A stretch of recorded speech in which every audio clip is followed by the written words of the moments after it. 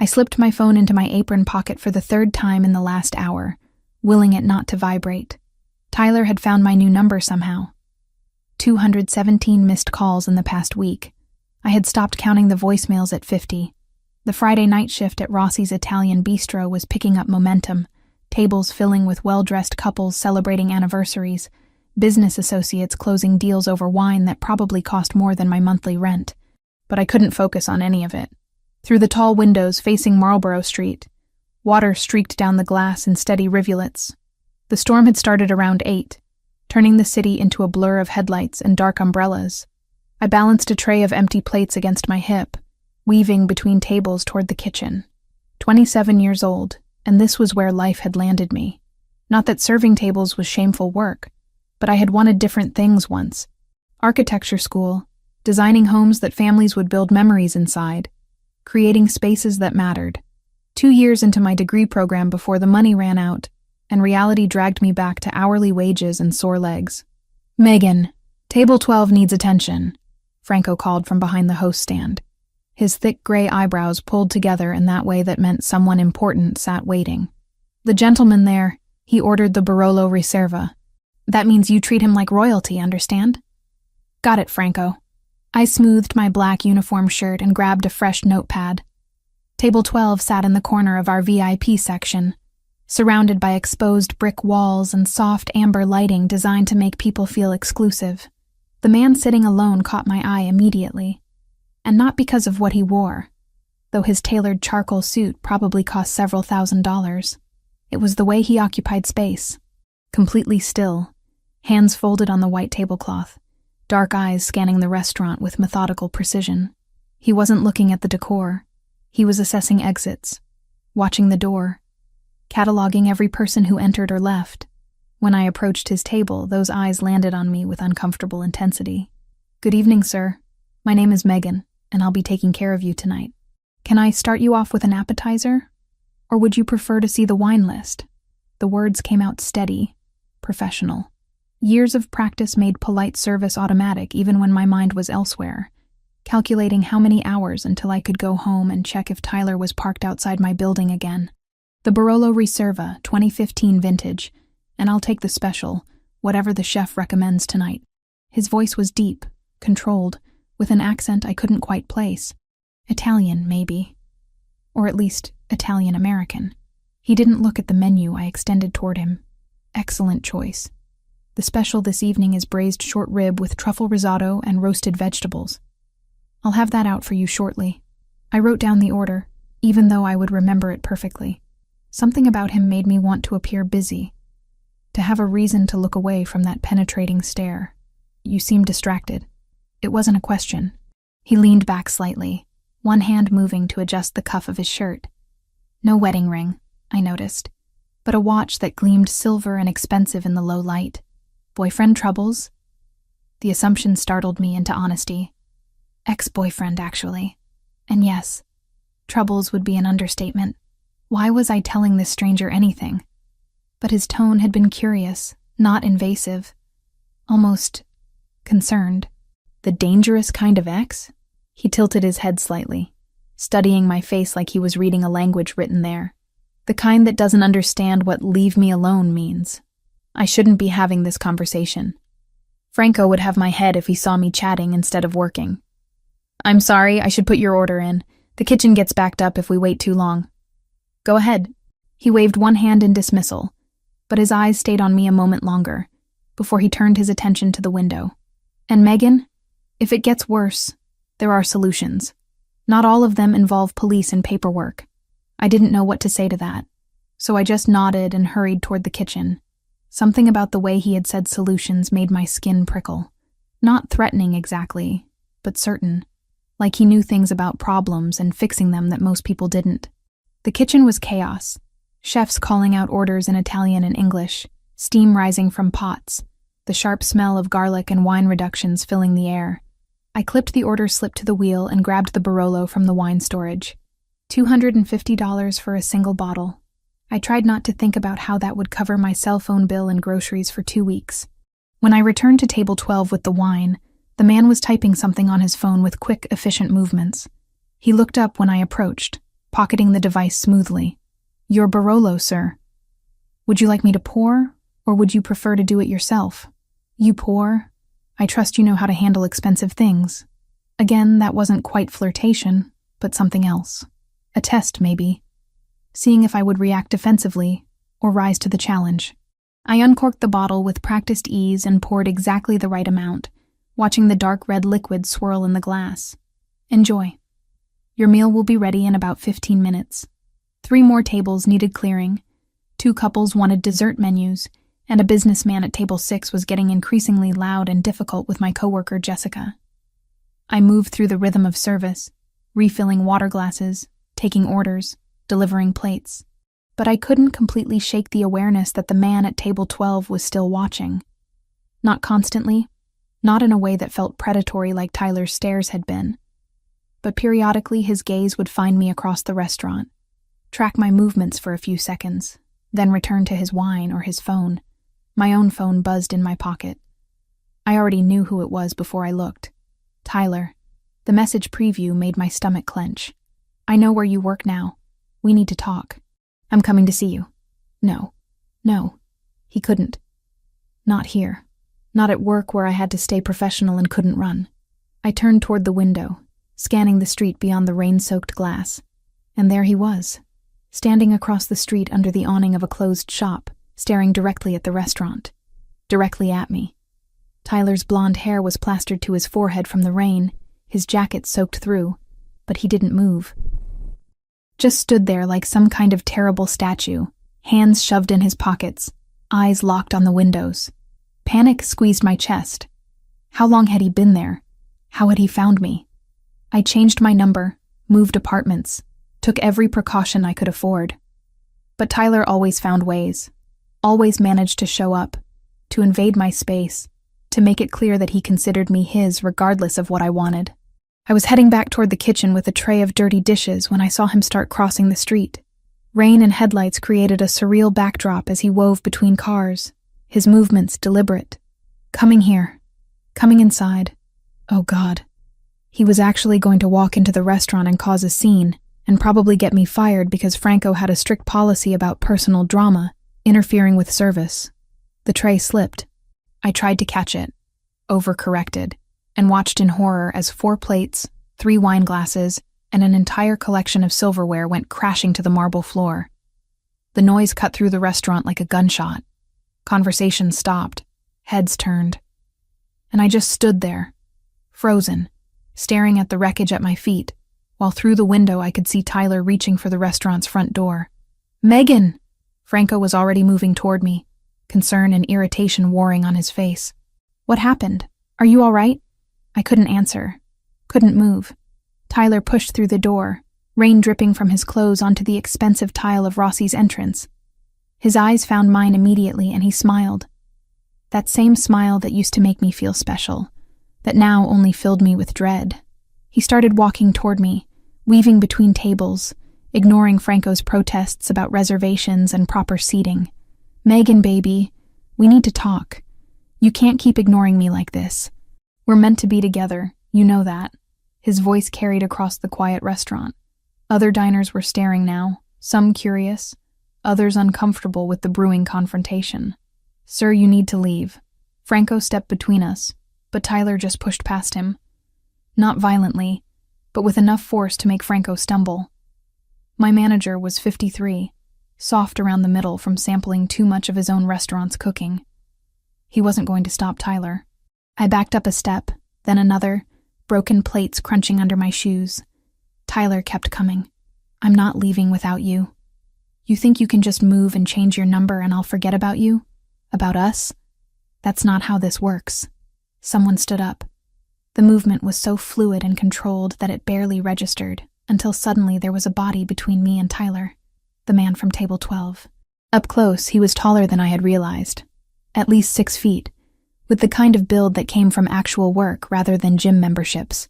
His dark hair was cut short, styled back from a face that could have been carved from stone. All sharp angles and controlled expression. "The lady dropped her tray because she saw you." His voice was quiet, conversational even, but it cut through Tyler's momentum like a blade. "She's afraid of you." That means you need to leave. Now. Tyler blinked, confused by this new obstacle. Who the hell are you? This doesn't concern you. This is between me and my girlfriend. Ex-girlfriend, I managed to say, my voice thin but audible. We broke up 4 months ago, Tyler. You need to accept that. I'm not accepting anything. Tyler tried to step around the stranger, but the man shifted smoothly, blocking his path again. Look, buddy, I don't know who you think you are, but you need to mind your own business before you get hurt. The stranger smiled. It was not a pleasant expression. Go to my car, he said over his shoulder to me, his eyes never leaving Tyler's face. Black Audi, parked directly in front. I'll handle this. What? Who are you? I looked at Franco, at the other staff members who had stopped working to watch, at Tyler whose face was reddening with anger. I don't understand. The solution to your problem. The stranger reached into his jacket pocket. For one terrible second I thought he was pulling a weapon, but instead he withdrew a set of car keys and tossed them to me without looking. I caught them on instinct. Go, now. Something in his tone made my body move before my brain caught up. I stepped around the broken plates and started toward the door. Tyler lunged for me, or tried to, but the stranger was faster. His hand shot out, gripping Tyler's shoulder with enough force to stop him completely. I heard Tyler grunt in pain. She's leaving. You're not following. The stranger's voice dropped even lower, deadly quiet. Touch her again, and it's the last thing you do. I should have stayed. Should have called the police. Done something rational and legal. But fear and exhaustion, and 4 months of being hunted made me run instead. I pushed through Rossi's front door into the rain, spotted the black Audi immediately, and fumbled with the key fob until it clicked unlocked. The interior smelled like leather and cedar. Expensive. Safe. I locked the doors and sat there shaking, watching through the rain-streaked windshield as shapes moved inside the restaurant. Less than 2 minutes later, the stranger emerged, dragging Tyler behind him. But not through the front door. They came from the side alley, the one where Rossi's kept the dumpsters and had the staff exit. Tyler's face was already bruising, blood running from his nose to mix with the rain. He stumbled, and the stranger hauled him upright with casual strength, saying something I couldn't hear. Then he threw Tyler into the alley properly, out of sight from the street, and followed. I sat in that car for 7 minutes that felt like 7 hours. When the stranger finally came back, there was a small stain of blood on his white shirt cuff, barely visible. He opened the driver's door and slid inside, running one hand through his wet hair. Your problem has been handled. Permanently. He started the engine without looking at me. Tyler Grant won't bother you again. He's currently in the back of a van with associates of mine who are explaining the consequences of stalking. By tomorrow he'll be on a flight to Seattle with clear understanding that returning to this city would be a terminal mistake. What did you do to him? My voice came out hoarse. Nothing he didn't deserve. Nothing he won't recover from. Now he did look at me. Dark brown eyes unreadable in the dim light. My name is Anthony Valentasi, and you're going to tell me your address so I can take you home. Anthony noticed something was wrong before I even knew it myself. Later, he would tell me that he had been watching since I served his wine. Not because I was beautiful or interesting, though he claimed both those things eventually, but because he recognized the signs, the constant checking of exits, the tension in my shoulders every time the door opened, the way my hand kept drifting to my phone like it was a weapon or a lifeline. He said he had learned to read fear, the way other people read books, and that mine was written across my face in a language he understood too well. When the tray slipped from my hands and ceramic shattered across Rossi's expensive marble floor, Anthony was already standing. I was still frozen, staring through the window at Tyler pushing through the rain toward the restaurant entrance. But Anthony had assessed the situation in the span of a heartbeat. The man dripping wet on the sidewalk. My paralyzed terror. The trajectory of the threat. Tyler burst through the front door, trailing water and bringing the smell of rain and cologne that I used to find attractive, but now made my stomach turn. His eyes locked onto me immediately, ignoring Franco's protests about needing a reservation, about proper protocol. He pushed past my manager with the casual dismissal of someone who had never been told no in a way that mattered. Franco stumbled back a step, his face flushing with anger and embarrassment, but he was 53 years old and soft in the middle from years of sampling his own restaurant's food. He wasn't going to physically stop anyone, Megan, baby, we need to talk. Tyler's voice carried across the dining room, drawing stares from couples who had paid good money for a romantic evening that didn't include watching someone's ex-boyfriend crash through social boundaries like they were made of tissue paper. You can't keep ignoring me like this. We're meant to be together, you know that. We're perfect together. I backed up, broken plates crunching under my shoes. My mouth opened, but no sound came out. 4 months of this. 4 months of blocking numbers, changing locks, moving apartments, looking over my shoulder every time I left work. 4 months of Tyler refusing to accept that no meant no, that we were finished, that I would rather be alone forever than spend another minute in his suffocating presence. Sir, you need to leave. Now. Franco tried again, positioning himself between us, but Tyler just shoved him aside. Not violently enough to knock him down, but with enough force to make it clear that Franco was an obstacle, not an authority. I'm not leaving without you. Tyler's face was red now, rainwater dripping from his hair onto the collar of his jacket. You think you can just move and change your number and I'll forget about you? About us? That's not how this works, Megan. You're mine. You've always been mine. Then Anthony was there. I hadn't seen him move, but suddenly he occupied the space between Tyler and me, like a wall made of expensive fabric and controlled violence. Up close, he was taller than I had estimated, at least 6 feet with the kind of build that came from actual work, rather than gym memberships designed to produce aesthetically pleasing muscles. His suit fit perfectly across his shoulders, tailored to accommodate the breadth of him without appearing bulky. The lady dropped her tray because she saw you. Anthony's voice was quiet, almost conversational, but it cut through Tyler's momentum like a blade through water. She's afraid of you. That means you need to leave. Now. Tyler blinked, his anger redirecting toward this new obstacle. Who the hell are you? This doesn't concern you. This is between me and my girlfriend. Ex-girlfriend. I found my voice finally, thin and shaking but audible. We broke up 4 months ago, Tyler. You need to accept that and leave me alone. I'm not accepting anything. Tyler tried to step around Anthony, reaching for my arm. We're going to talk about this like adults, Megan. We're going to fix this. Anthony moved faster than someone his size should have been able to move. His hand shot out, gripping Tyler's wrist hard enough that I saw Tyler wince, his fingers releasing their reaching gesture. You're not listening, Anthony said, his tone still conversational, still quiet, but with an edge now that made the hair on the back of my neck stand up. She said no. That's the end of the conversation. Look, buddy, I don't know who you think you are, but you need to mind your own business before you get hurt. Tyler tried to yank his arm free, but Anthony's grip didn't budge. This is between me and Megan. We have history. We have a relationship. You're nobody. Anthony smiled. It wasn't a kind expression. It was the smile of a predator who had just been given permission to do what it wanted to do anyway.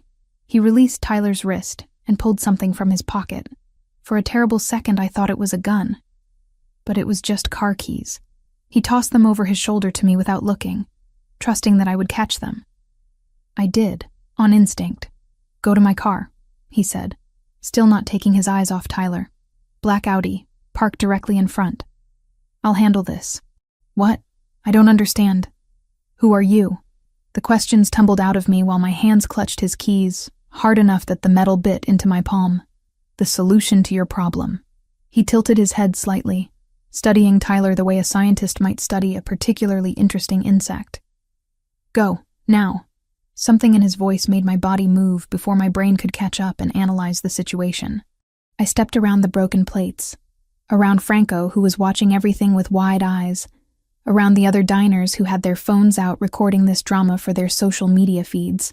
I pushed through Rossi's heavy front door into the rain, got soaked in the 3 seconds it took to reach the Audi, and fumbled with the key fob until the locks clicked open. The interior smelled like leather and cedar, expensive and masculine. I locked the doors and sat there shaking, watching through the rain-distorted windshield as shapes moved inside the restaurant. Anthony was talking to Tyler. Tyler was gesturing angrily. Then Anthony gripped Tyler's shoulder and Tyler's mouth opened in what might have been a shout or a gasp of pain. I couldn't tell which. They didn't come out the front door. That registered slowly through my panic. Anthony was walking Tyler somewhere else, out of sight from the main dining room. Toward the side alley where Rossi's kept the dumpsters and had the employee exit.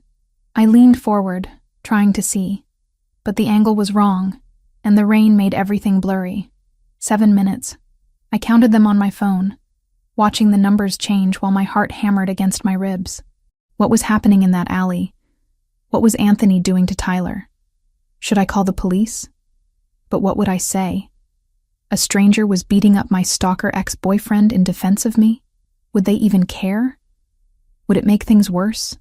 Then Anthony emerged from the side alley alone. There was a small stain on his white shirt cuff, dark against the fabric. Blood, probably.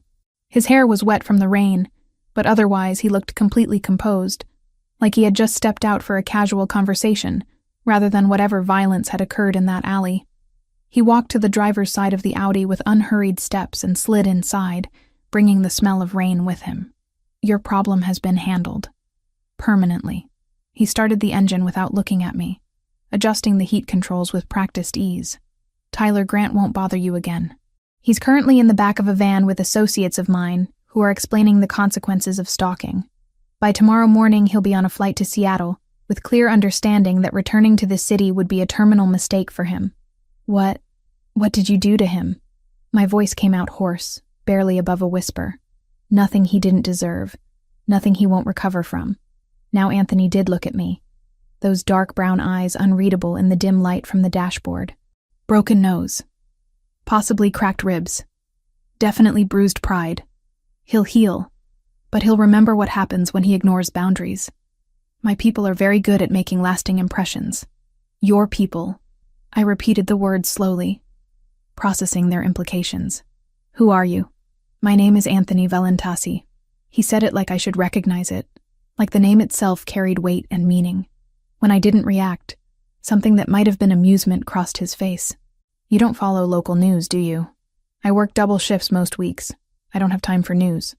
I was still holding his car keys, even though he had started the engine with a spare set. My hands wouldn't unclench. Are you going to tell me your address? Or am I driving in circles until you feel safe enough to share it? The question jolted me back to reality. I was in a car with a man I didn't know. A man who had just violently assaulted my ex-boyfriend and spoke casually about associates and permanent solutions. Every self-preservation instinct I had should have been screaming at me to get out, to run, to call for help. But Tyler's face flashed through my mind, the obsessive certainty in his eyes when he said I was his, the 4 months of fear and violation of my privacy. And Anthony had made it stop. In 7 minutes, he had done what the police and restraining orders and changing my entire life hadn't been able to accomplish. Westbrook Street, I said quietly. The apartments above the laundromat. Number 3B. Anthony pulled away from the curb smoothly, navigating the rain-slicked streets with the confidence of someone who knew this city intimately. We drove in silence for the first 5 minutes. I watched streetlights blur past, watched other cars with their normal people inside living normal lives, where men didn't drag their stalker exes into alleys and make them disappear into vans. Why did you help me? The question came out before I could stop it. You don't know me. Tyler could have had a weapon. You could have been hurt. Tyler didn't have a weapon. I checked his waistband and jacket pockets while I was restraining him. Anthony took a turn without using his signal, cutting smoothly through traffic. And I helped because I recognized the fear on your face. I've seen it before. On someone I cared about. Someone I failed to protect. Something in his voice made me look at him properly instead of just stealing glances. His jaw was tight, his hands gripping the steering wheel with more force than the easy driving required. This wasn't just about me. This was about something personal, something painful. Who? I asked softly. For a long moment I thought he wouldn't answer. Then he exhaled slowly, deliberately, like he was releasing something he usually kept locked inside. My sister, Sophia. She was 8 years younger than me. When she was 19, she started dating this guy. Nice enough at first, or so it seemed. Brought her flowers, took her to nice restaurants, said all the right things. By the time we realized what he was, it was too late. My stomach dropped. What happened? He killed her. The words were flat, emotionless, but I could hear the grief underneath them. carefully controlled but never absent. They had an argument. He got angry, broke her neck and ran. Took us 3 weeks to find him. What I did to him when we did, he trailed off, shaking his head. That's not something I'm going to share with you, but I'll tell you this. He never hurt anyone else. I'm sorry. The words felt inadequate, too small for the weight of what he had lost. How long ago? 8 years. She'd be 27 now. Your age, I'd guess. He glanced at me briefly before returning his attention to the road. Every time I see that look, the one you had when Tyler walked in, I see Sophia. Trapped, scared, knowing something is wrong but not knowing how to fix it. So I fix it. When I can. How I can. We were quiet again. But it felt different now. Less like the silence of strangers, and more like the silence of two people who understood pain in ways they wished they didn't. Anthony took another turn, and I recognized the neighborhood. 2 more blocks to my building. You said your name was Valentasi. I turned the name over in my mind, trying to place it. Franco at the restaurant. He acted like he knew you. Like he was afraid of you. Why? Franco owes favors to my family. When his youngest son needed surgery 3 years ago, the insurance company denied coverage. Said it was experimental treatment, not medically necessary.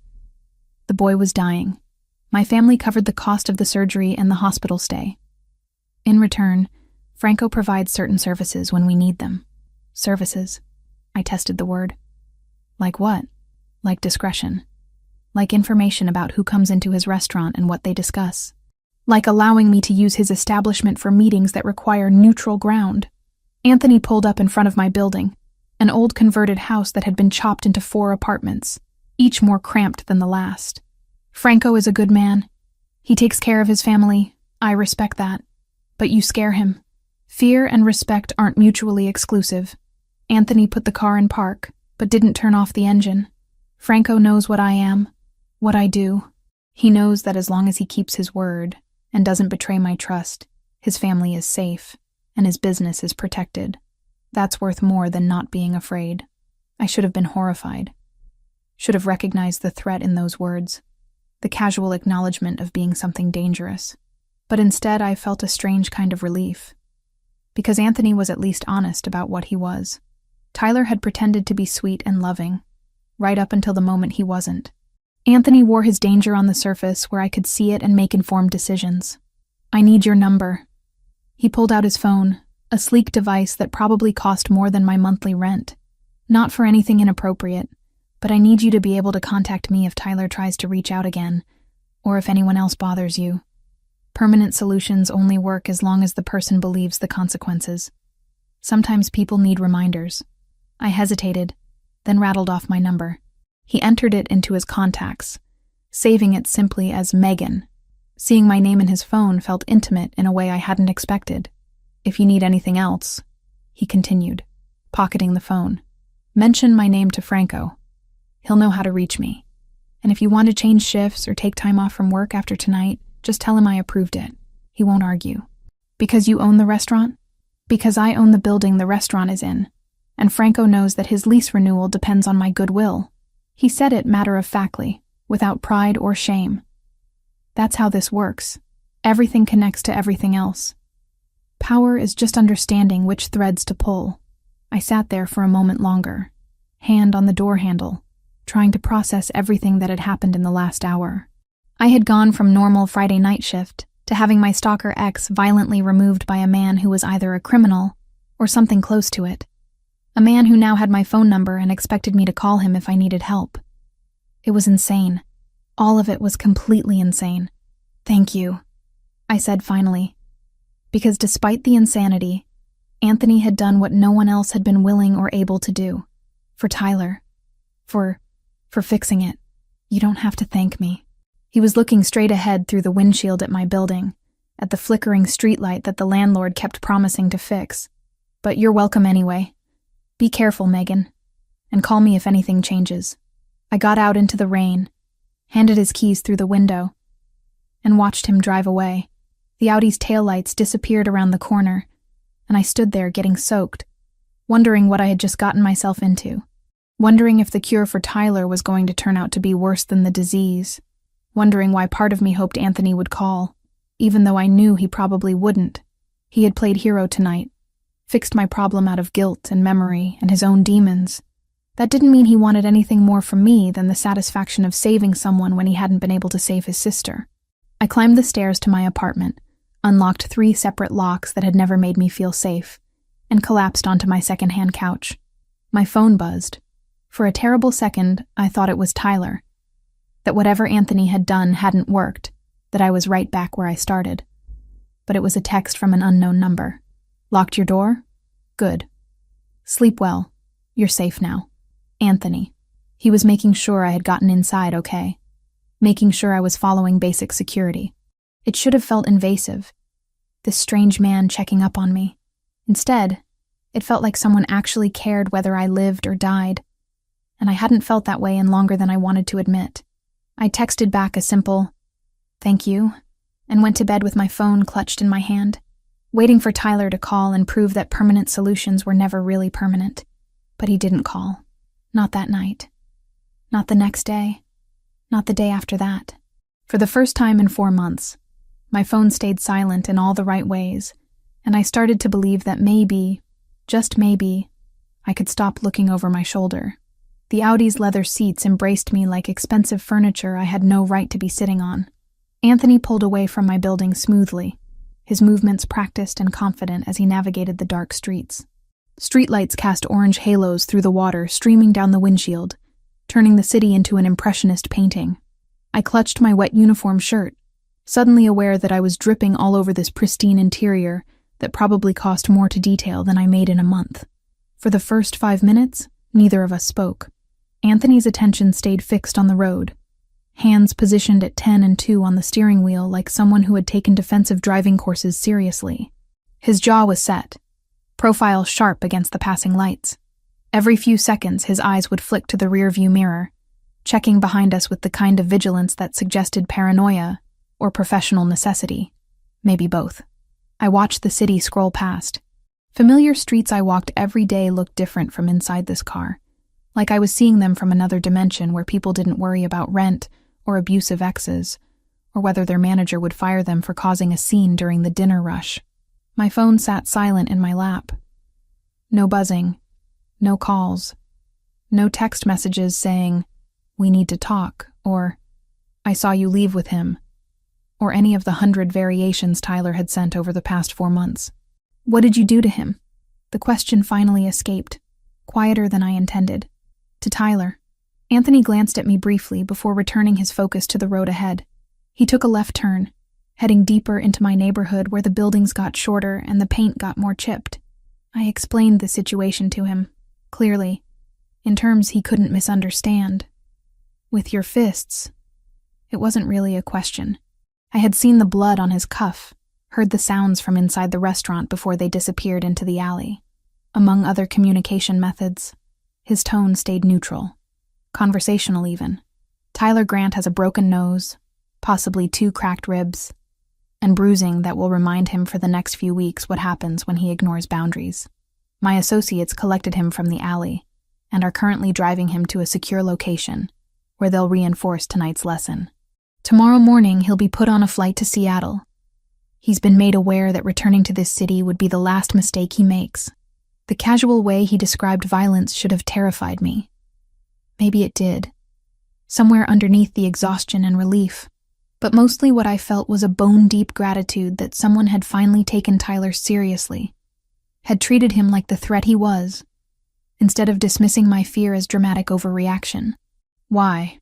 I turned in my seat to look at him properly. Why would you do that for a stranger? You could have been hurt. He could have had a knife or a gun. You could have just called the police and let them handle it. The police would have filed a report and told you to get a restraining order, which you probably already have. He said it with the certainty of someone who knew how these situations typically played out. Restraining orders are pieces of paper. They don't stop determined men. They just make victims feel like the system is protecting them when it's not. I tried getting one. The admission felt like failure, even though I knew it wasn't my fault.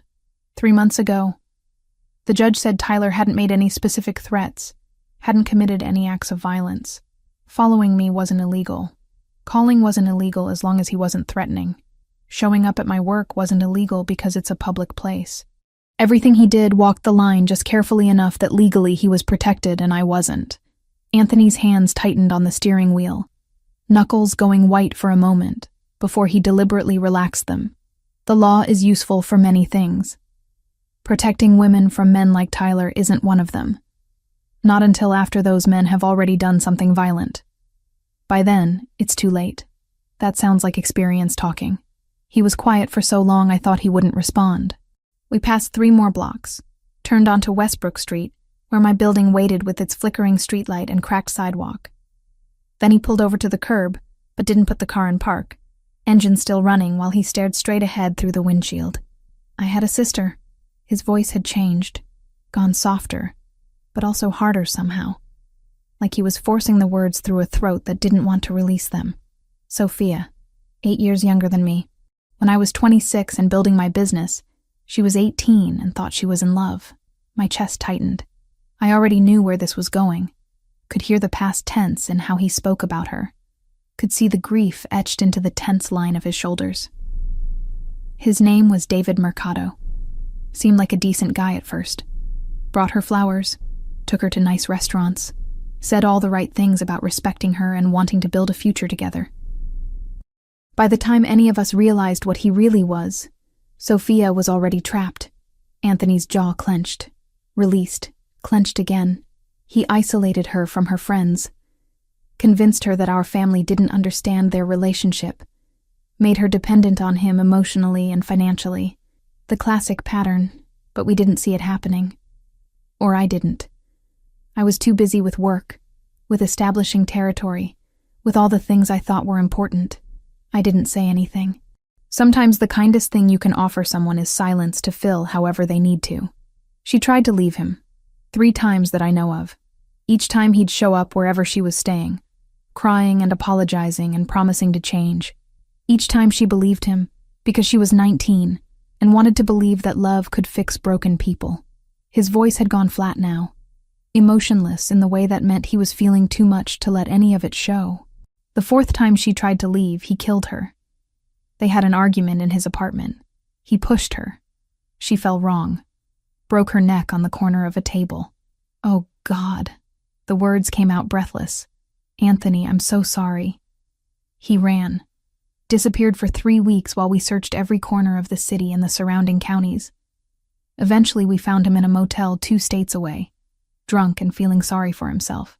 Anthony's lips curved into something that wasn't quite a smile, more like baring teeth. What I did to him isn't something I'm going to describe to you, but I'll tell you this. David Mercado never hurt another woman. He never got the chance. I sat with that information, with the implications of what he was telling me without saying directly. Anthony had killed Sophia's murderer, or done something close to it. The man sitting next to me in this expensive car, who had bought wine that cost more than my grocery budget and spoke with educated articulation, was someone who had taken another person's life with his own hands. How old was she? I asked quietly. When she died. 19. She should be 27 now. Your age, if I'm guessing right. He finally turned to look at me. Dark brown eyes searching my face for something. Every time I see that look, the one you had when Tyler walked through the door tonight, I see Sophia, trapped, terrified, knowing something is fundamentally wrong but not knowing how to fix it. So I fix it when I can, however I can. It doesn't bring her back, doesn't make up for failing to protect her when she needed me. But it's what I can do. Understanding settled over me like a heavy blanket. This wasn't about me at all, or not primarily. I was a stand-in for the sister he couldn't save, a second chance to do what he wished he had done 8 years ago. It should have felt impersonal, like being cast in someone else's unresolved trauma. Instead, it felt painfully honest. This man admitting his motivations without trying to dress them up as pure altruism. Thank you for telling me. I reached across the console and touched his arm gently, briefly. About Sophia, and I'm sorry that happened to her. To your family. That's not something anyone should have to live through. No, it's not. He covered my hand with his for just a second, the contact warm and solid, before pulling away and putting the car in park. But we live through what we have to, And then we make sure other people don't have to live through the same things if we can prevent it. We sat there for a moment in comfortable quiet that felt strange, given we had only met 2 hours ago. But trauma had a way of fast-forwarding connections, of stripping away the usual layers of polite small talk and forcing intimacy, whether you were ready for it or not. Tell me about you. Anthony shifted in his seat to face me more directly. Franco said you've worked at Rossi's for about a year. What were you doing before that? Trying to finish school. The words came easier than I expected. Maybe because he had shared something so personal, I felt safe doing the same. I was studying architecture. Made it through 2 years before the money ran out and I had to drop out. Architecture? He said it like he was tasting the word, considering it. That's specific. Not many people know what they want to study that clearly. I've always loved buildings. The way spaces are designed, how they make you feel when you walk into them. Good architecture is like a conversation between the structure and the people inside it. I could hear my own voice warming up, slipping into the passion I used to feel before financial reality crushed it. I wanted to design homes. Not mansions for rich people, just normal houses that families could actually afford. Places where kids would grow up and remember feeling safe and happy. Why did you have to stop? He leaned back against the driver's door, giving me his full attention in a way that felt both intense and strangely comfortable. My parents divorced when I was 15. Dad left and never looked back. Didn't pay child support. Didn't call on birthdays. Just erased us from his life like we were a bad investment he needed to write off. The bitterness in my voice surprised me. I thought I had moved past that particular wound. Mom did her best, but one income isn't enough when you're raising a kid in this city. I worked through high school, saved everything I could, got into the architecture program on partial scholarship. But scholarships don't cover living expenses or books or all the software you need for design work. So you worked while studying. 3 jobs at one point, barely slept. My grades started slipping halfway through sophomore year because I was too exhausted to focus in class. Then Mom got sick, needed surgery, and the medical bills ate through what little savings we had. I took a semester off to work full-time. That semester turned into a year. The year turned into 2. Now here I am, 27 years old, serving pasta to people who probably spend more on one meal than I make in a week. I hadn't meant to sound so bitter. Hadn't meant to dump my entire sob story on a stranger who had already done more than enough by removing Tyler from my life. But Anthony just nodded like he understood, like he didn't judge me for the circumstances that had derailed my plans. You still draw? He asked. Design things? Even if you're not in school? Sometimes. On my phone mostly. Or in notebooks when I can afford them. It's not the same as having proper software and the time to really develop ideas, but it keeps the skills from getting too rusty. I shrugged, not sure what good it does at this point. I'm never going to have the money to go back to school. Even if I saved every extra dollar, it would take years to afford even one semester. You could take out loans and add to the debt I already have from the first 2 years. No thank you. I'd rather work as a waitress forever than spend the next 20 years drowning in payments I can't afford. Anthony studied me with that intense focus he had, like he was cataloging information and filing it away for later use. There are other options. Connections. People who owe favors. Ways to get things done that don't involve traditional channels. I don't want charity.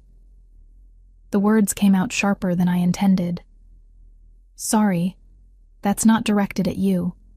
I just mean, I need to do this myself, if I do it at all. Otherwise it doesn't count. I understand, and somehow I believe that he did. Pride is important. Self-reliance is important. But accepting help when it's offered isn't weakness. It's strategy. Before I could respond to that, he was pulling out his phone, typing something quickly. I need your number. Not for anything inappropriate, he added quickly when he saw my expression. But I need you to be able to contact me if Tyler tries to reach out again. Permanent solutions only work as long as the person believes in the consequences. Sometimes people need reminders that those consequences are real. I rattled off my number, watching him enter it into his contacts. He saved it simply as Megan Turner, which felt both formal and strangely intimate. Having my full name in the phone of a man who had just confessed to possibly murdering his sister's killer seemed like crossing some invisible line, stepping from one world into another without quite meaning to. "If you need anything else," Anthony continued, pocketing his phone, "mention my name to Franco. He'll know how to reach me. And if you want to take time off from work after tonight, just tell him I approved it. He won't argue." Why wouldn't he argue? Though I already suspected the answer. Because Franco owes my family favors that he can never fully repay. 3 years ago, his youngest son needed surgery. Experimental treatment that the insurance company denied coverage for. Said it wasn't medically necessary, even though the boy was dying. My family covered the surgery, the hospital stay, the rehabilitation. In return, Franco provides certain services when we need them. Services like letting you conduct business in his restaurant, among other things. Franco is a good man. He takes care of his family and keeps his word. I respect that. In return, I make sure his lease stays affordable and his business stays protected. Anthony said it matter-of-factly, like this was just normal relationship dynamics rather than what it obviously was. A power structure built on debt and obligation. You own the building. I own several buildings in this neighborhood. Rossi's happens to be in one of them. He gestured out the window at my apartment building with its peeling paint and crooked front steps. "I don't own this one, but I could find out who does if you're having problems with your landlord." "No. Thank you, but no. I needed to establish boundaries before this went any further, before I became another person owing favors to Anthony Valentasi. I appreciate everything you did tonight, more than I can say, but I need to handle my own life, my own problems. Tyler was different because I couldn't fix that myself, but I can manage my landlord and my job and everything else." Instead of looking offended, Anthony smiled slightly. "Good. People who can't stand up for themselves bore me. People who insist on trying even when they're drowning are more interesting." He reached across and opened my door from the inside, the latch clicking smoothly. "Go inside. Lock your doors. All of them. And Megan? Yes? If Tyler contacts you, don't respond. Don't engage. Just forward whatever he sends to me and I'll handle it. Men like him see any response, even telling them to go away, as encouragement, as proof that they still matter to you, still occupy space in your thoughts. Silence is more powerful than anger." I nodded, climbing out into air that felt cold after the warmth of the car. My uniform was still damp, clinging uncomfortably as I stood on the sidewalk. "Thank you. For everything. I know I keep saying that, but I don't know what else to say." "You don't have to thank me." He leaned across the passenger seat to look up at me through the open door. "But you're welcome. Be careful. This city isn't as safe as it pretends to be." I'm starting to figure that out. I closed the door and watched him drive away, the Audi's taillights disappearing around the corner like a promise that had been kept and a threat that remained vigilant. The building's front door stuck like always, requiring me to lift and push at the same time to get it open. The hallway smelled like someone's cooking, garlic and onions and something vaguely burned. I climbed the 2 flights to my apartment, keys already in hand by the time I reached my door. 3 locks. Deadbolt, chain, and handle lock. I had installed them myself after Tyler showed up at my old place uninvited one too many times. Inside, my apartment looked exactly as I had left it that morning. Small, cramped, but mine. Second-hand furniture that didn't match. A kitchen barely big enough for one person. A bathroom where the shower never quite got hot enough. But it was mine. Paid for with my own work. And tonight, for the first time in months, I didn't feel like Tyler could show up and violate that space. My phone buzzed as I was changing into dry clothes. For one terrible second, my heart seized, convinced it was Tyler proving that Anthony's solution hadn't worked, that I was right back where I started. But it was an unknown number. "Locked your door? Good. Sleep well. You're safe now. Anthony." Checking up on me, making sure I had gotten inside safely and followed his advice about the locks. It should have felt invasive. This man I barely knew monitoring my movements. Instead, it felt like someone actually cared whether I lived or died, which was a sensation I hadn't experienced in longer than I wanted to admit. I texted back, "Thank you." I did. All 3 locks. His response came seconds later. 3? Smart. Most people only have 1. Get some rest. Tomorrow is going to feel different. He was right. Tomorrow did feel different. I woke up Sunday morning and reached for my phone out of habit, bracing myself for the flood of messages and missed calls that had become my new normal over the past 4 months. But the screen showed nothing. No texts, no calls, no voicemails. Just the usual notifications about weather and news that I never bothered reading. Tyler was really gone.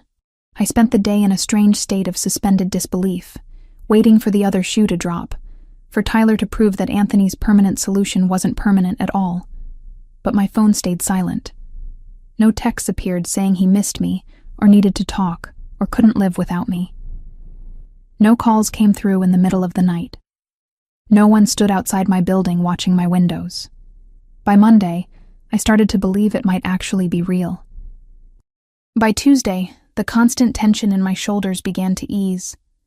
By Wednesday, when I went back to work at Rossi's, Franco pulled me aside before my shift started. "You doing okay, Megan?" His bushy eyebrows pulled together with genuine concern. "After what happened Friday night?" "I'm fine. Better than fine, actually.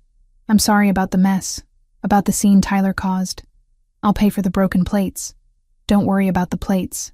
Franco waved that away like it was nothing. Mr. Valentasi already compensated the restaurant for any disruption. More than compensated, truth be told. But that's not what I'm asking about.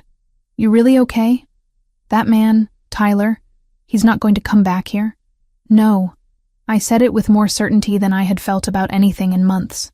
He's not coming back. Anthony made sure of that. Something crossed Franco's face when I said Anthony's name. Not fear exactly, but careful respect. Mr. Valentasi is a powerful man in this city. Good man to have on your side. Dangerous man to have against you. You understand what I'm saying? I think so. Just be careful, Megan. Men like him, they don't do things without reasons, without expecting something in return eventually. I'm not saying he's going to hurt you or demand payment, but in his world, everything is a transaction. Everyone owes someone something. Just keep that in mind. I thought about that conversation all through my shift, weighing Franco's warning against my own impressions of Anthony. He had been honest about who he was, what he had done to Tyler, why he had intervened. He hadn't pretended to be a good person, or dressed up his violence in noble intentions.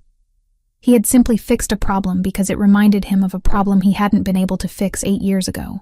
That felt safer somehow than someone who pretended to help selflessly while hiding ulterior motives. At least with Anthony, I knew where I stood. He had told me his demons. Now it was up to me whether I let those demons anywhere near my life again, or accepted Friday night as the anomaly it was, the moment our paths crossed briefly before diverging back to our separate worlds. My phone buzzed during my break. I pulled it out expecting a spam text, but Anthony's name appeared on screen. How was work? Any problems? Such a simple question. Such a complicated answer. Work was fine. No problems.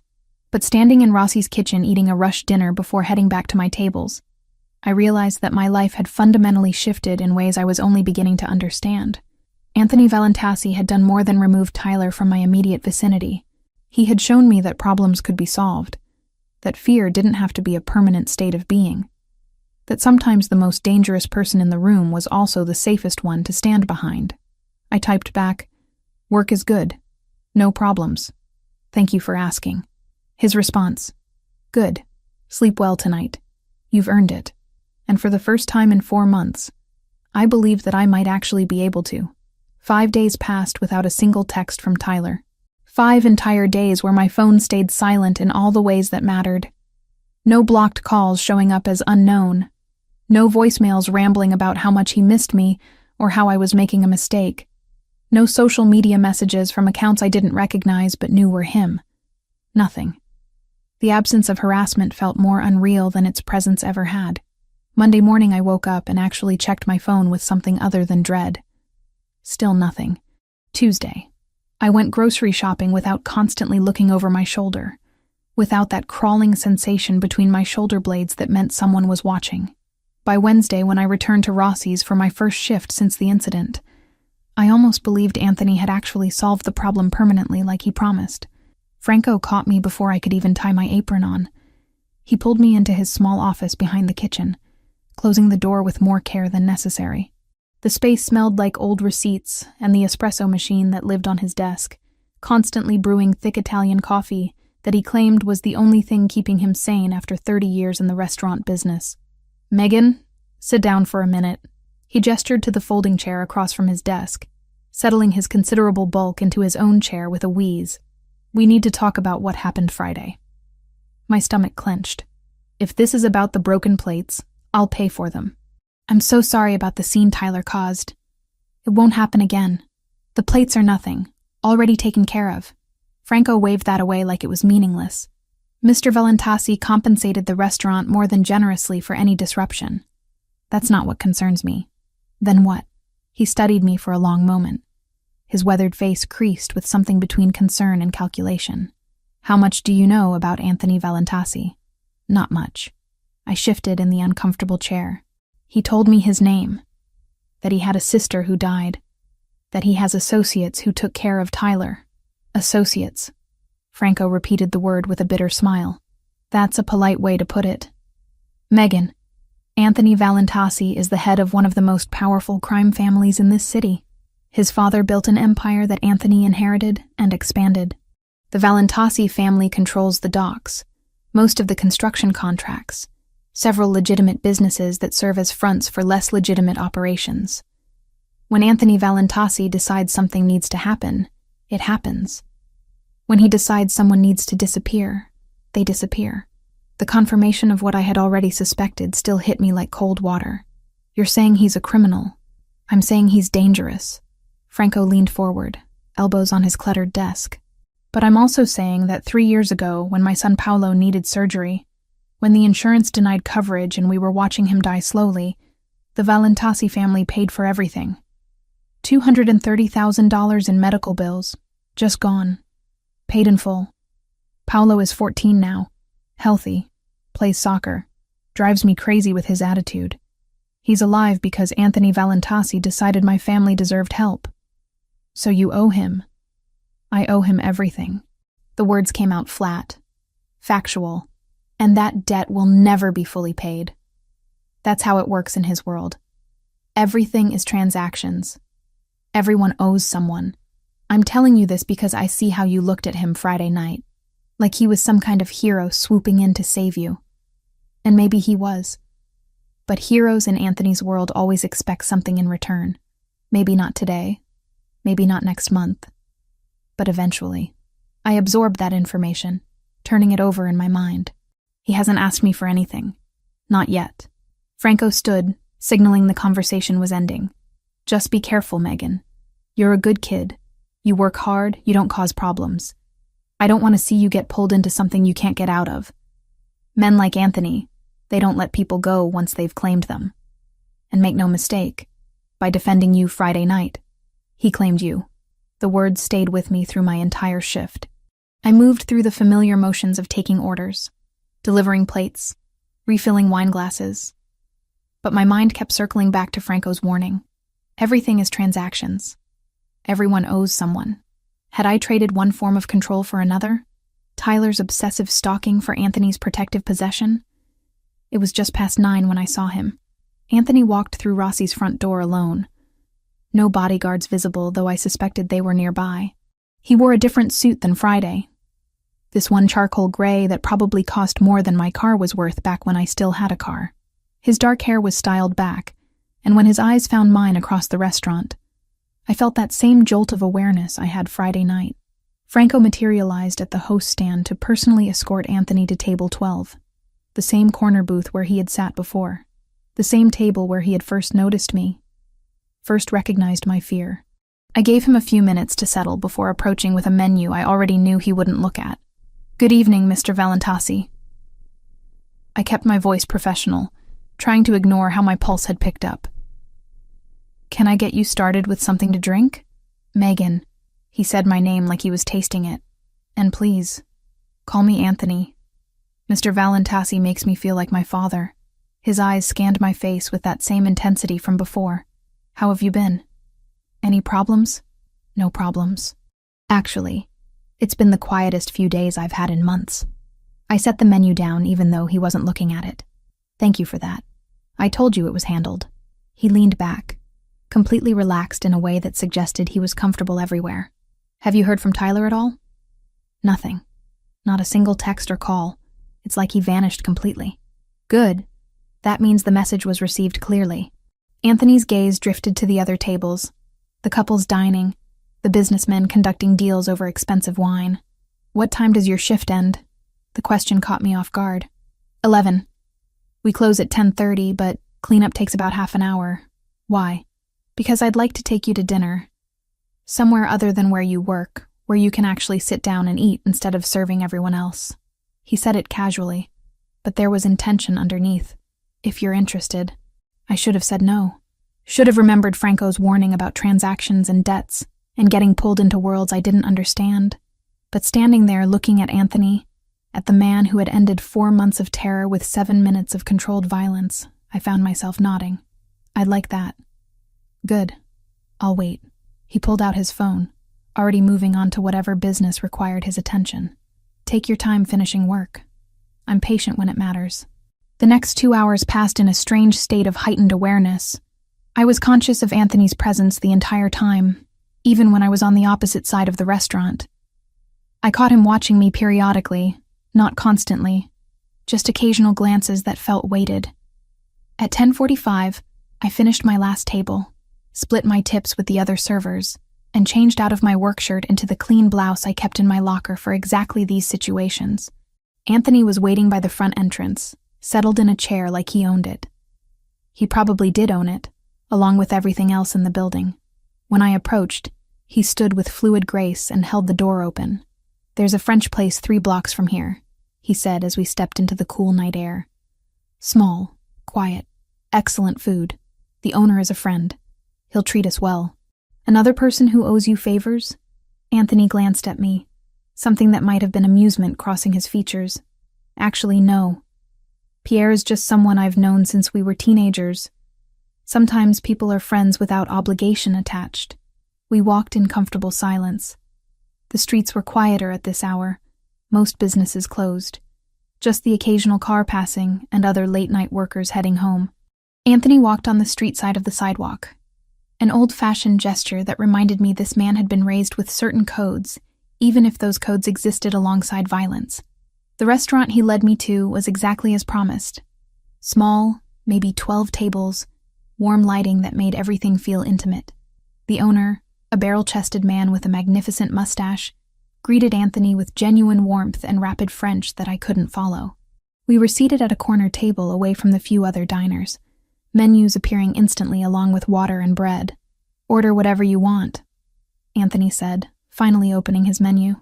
Pierre's coq au vin is exceptional, but everything here is worth trying. This is too much. I looked at the prices. Each dish more expensive than my usual grocery budget for an entire week. I can't let you pay for this. You're not letting me do anything. I invited you. That means I'm paying. If it makes you feel better, consider it an apology for the dramatic way I handled Tyler. You have nothing to apologize for. You did exactly what needed to be done. I studied the menu, trying to focus on food instead of the surreal situation. The salmon looks good. We ordered, and once the waiter left, Anthony turned his full attention to me. Tell me about architecture. You said you studied for 2 years. What made you interested in that field? The question opened something in me that had been closed for a while.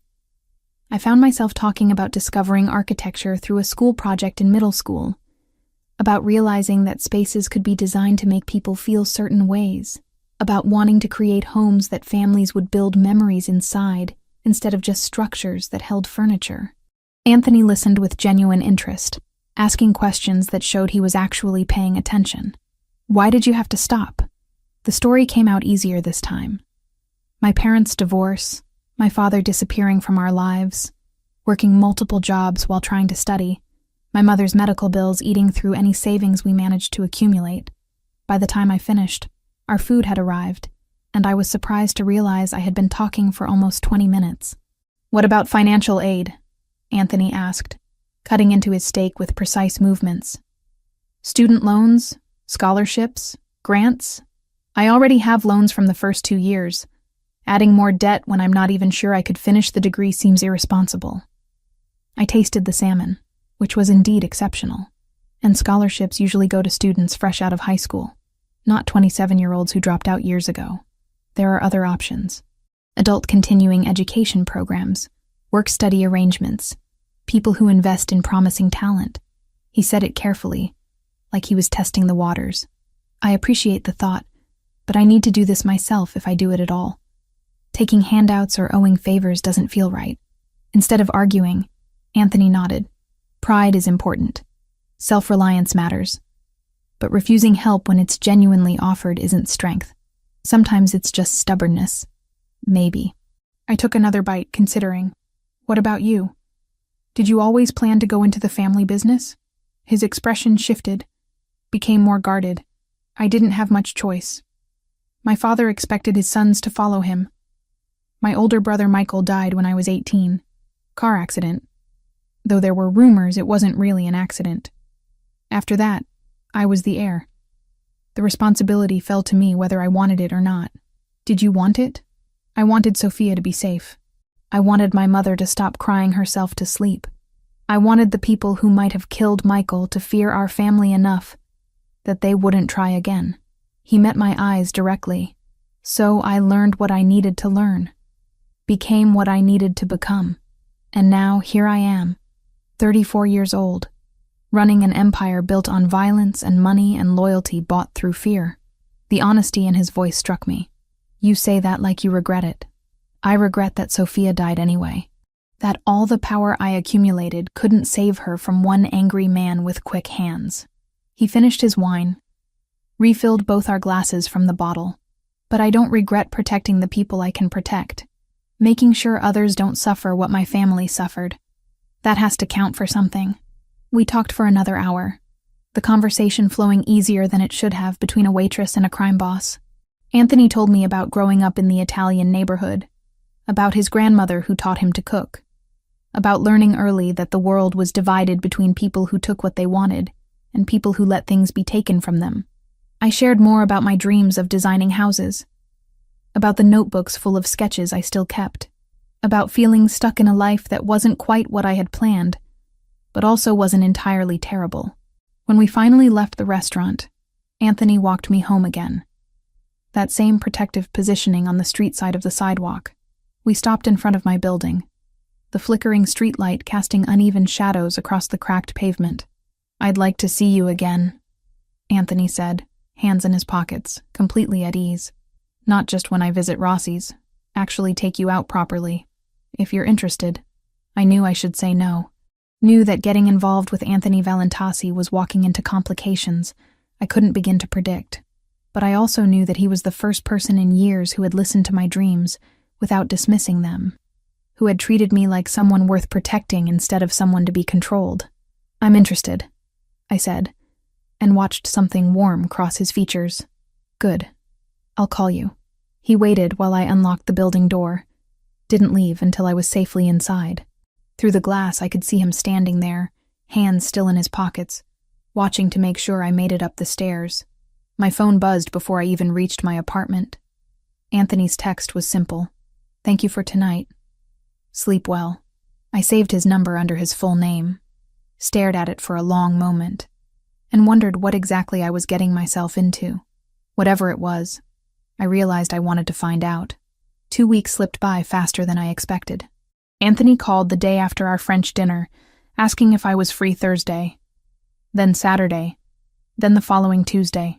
Each time we met felt like peeling back another layer of who he really was beneath the tailored suits and controlled violence.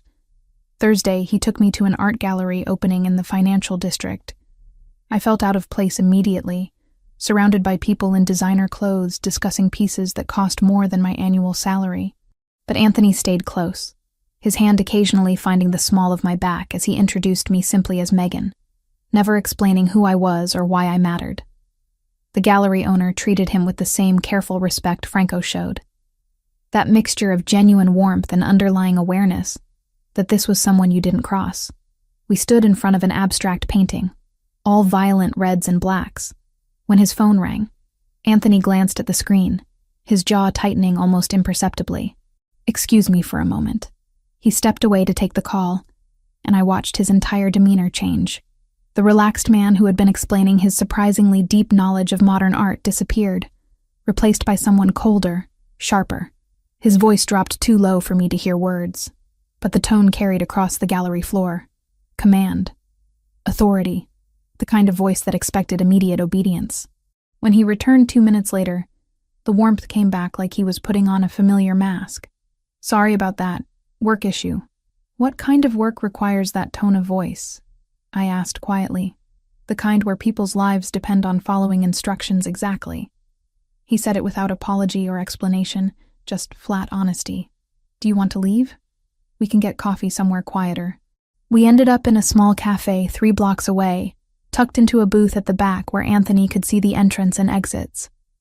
I was starting to notice that pattern. He never sat with his back to doors.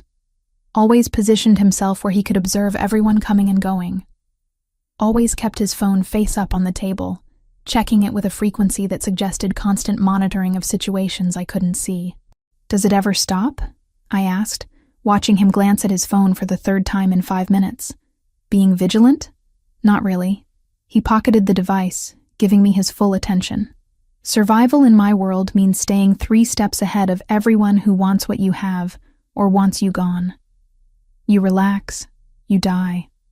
Or worse, people you care about die. That sounds exhausting. It is. For a moment, something weary crossed his face, making him look older than 34. But it's also all I know. I've been doing this since I was 18. Vigilance becomes habit. Habit becomes reflex. Eventually, you can't turn it off even when you want to. Saturday's date was dinner at an Italian restaurant on the waterfront. Anthony knew the owner, an elderly woman named Rosa, who kissed both his cheeks and called him Piccolo, despite him being at least a foot taller than her. She seated us at a private table on the patio overlooking the harbor, where boat lights reflected off black water, and the sound of waves provided background music. Halfway through our meal, I noticed the man at the bar. He had been watching our table for the past 10 minutes, his attention too focused to be casual interest. When he started to stand, moving in our direction, I felt my stomach clench with old fear. But before I could say anything, Anthony's hand moved to rest on the table, visible and relaxed, while his eyes tracked the approaching man with predatory awareness. The man stopped 3 feet from our table, hands carefully visible and empty. "Mr. Valentasi. Apologies for the interruption. Mr. Caruso wanted me to pass along his regards and confirm the Thursday meeting is still scheduled. Tell Caruso it's confirmed. 2 o'clock usual location. And tell him next time he can call, instead of sending people to my dinner." Anthony's voice stayed pleasant, but the warning underneath was unmistakable. "Understood. Understood." My apologies again. The man retreated quickly, disappearing into the restaurant interior. I waited until he was gone before asking, "Does that happen often?" "More than I'd like. Less than it used to." Anthony returned his attention to his food, like the interruption was completely normal. People in my business prefer face-to-face communication for sensitive matters. Phones can be tapped. Messages can be intercepted. A person showing up where you are is harder to fake. And you weren't worried he might be a threat? I noticed him when we sat down. Watched him for the past 15 minutes. He moved like someone carrying a message, not a weapon. And besides, he gestured subtly toward the parking lot. I have 2 men positioned with sightlines to this table. If he had tried anything, they would have handled it before he got close. I looked where he indicated and saw a black SUV parked with clear view of the patio. Inside, barely visible, was the shape of someone watching. "You brought bodyguards to dinner." "I bring bodyguards everywhere. You just don't usually see them because they're good at staying invisible."